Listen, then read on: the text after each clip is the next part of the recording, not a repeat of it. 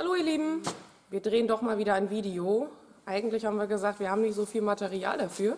Moin, das Video drehen wir jetzt zum zweiten Mal, weil wir so technikbegabt sind. Patricia hat heute das erste Mal selber so die Kamera in der Hand genommen und das Ganze gefilmt. Ende vom Lied war... Ich habe nicht aufgenommen. Nein, du hast wohl aufgenommen, aber unser Gelaber neben dem Video. Aber das eigentliche Video, was aufgenommen werden sollte, war halt die Kamera auf Pause.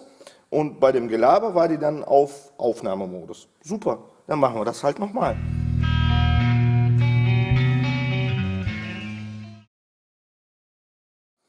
So, jetzt bist du ja in Übung und dann fangen wir nämlich gleich mal an zu zeigen, was er so die letzten Tage gemacht hat. Wir wollten das jetzt mal ein bisschen zusammenschneiden. Da werden einige Fotos jetzt eingeblendet, weil die Kamera mitlaufen zu lassen, dafür waren es einfach zu viele kleine Sachen, die eigentlich unserer Meinung nach vielleicht so uninteressant sind. Aber ihr wolltet das, also mal eben alles zusammenschneiden und mal gucken, was wir so gemacht haben. Wir haben zum Beispiel jetzt einen zweiten Sitz. Nach langem Hin und Her und Bestellproblem sollte es dann doch irgendwann klappen. Und zwar mit Sitzheizung, mit Luftfederung, mit verschiedenen Einstellungen.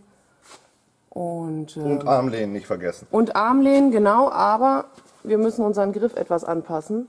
Wenn die Tür nämlich geschlossen ist, passt es nicht mehr ganz mit dem Armlehnen. Also zumindest nicht so, dass ich die gerade stellen kann. So, also Sitze, das Thema ist zumindest dann jetzt endlich auch abgeschlossen. Dann haben wir hier was. Das sind die Aufnahmen von dem Stabilisator hinten. Beim PKW heißen die Koppelstangen, beim LKW keine Ahnung, wie die heißen, wahrscheinlich identisch. Die mussten wir verlängern um 12 cm. Ja, und zwar werden die Teile hier verbaut. Dadurch, dass wir das Fahrzeug höher gelegt haben, war der Stabi, ich drücke den mal nach oben, der war hier und so kann das nicht funktionieren. Deswegen haben wir die jetzt verlängert und dann haben wir den passenden Winkel wieder. Ja, genau, das Gewicht ist runtergekommen, was wir hinten haben. Das sieht man auch so ein bisschen, finde ich. Der Rahmen, der ist auf einmal ganz schräg. Ja, das ist eine Höhe mittlerweile. Ja, das war auch ein derbes Gewicht da hinten dran. Ne? Ich weiß nicht, wie viel das Teil wiegt, aber ich glaube, mit 300 Kilo kommt man da nicht hin. Aber das ging alles einwandfrei. Was mich auch sehr gefreut hat, dass wir in diesem Bereich hier, wo das Gewicht seit 1987 drauf lag, überhaupt keinen Rost haben. Nichts.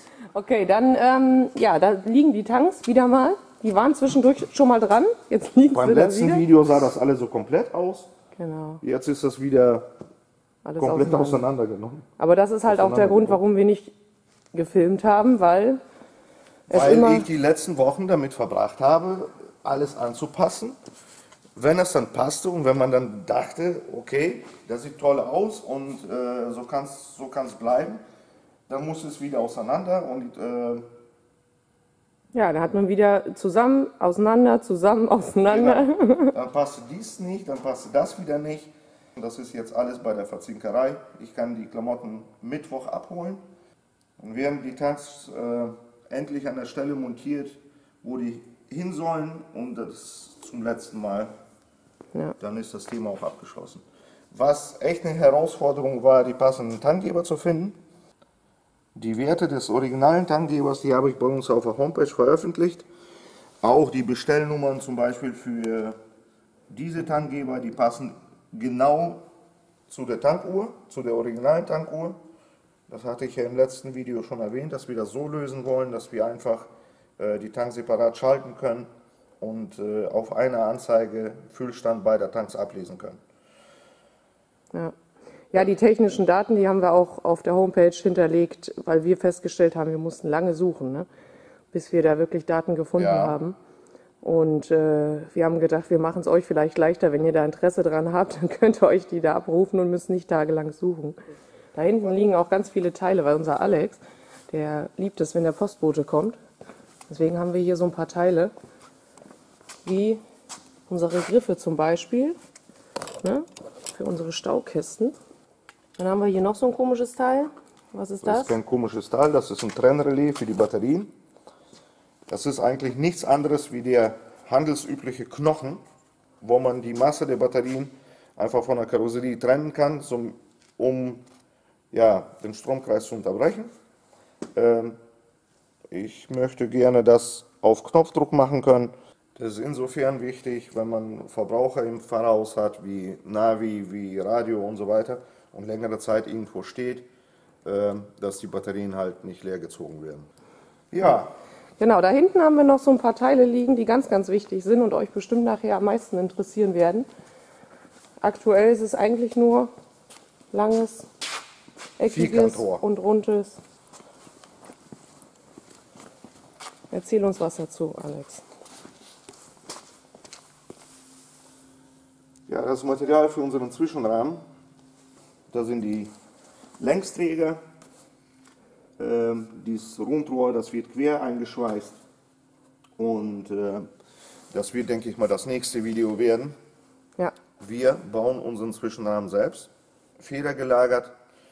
Zu den Maßen kann ich auch schon was sagen, also dieses Vierkantrohr ist 160 mm hoch, 80 breit und 4 mm stark. Ja, aber da könnt ihr auch gerne nochmal anschreiben, dann kann Alex das nochmal in die Kommentare setzen. Und wie gesagt, also Zwischenrahmen wird auch ein Video werden, wo wir die Kamera auf jeden Fall die ganze Zeit mitlaufen lassen. Und ja, ich glaube, das wird noch interessant, auch für uns auf jeden Fall.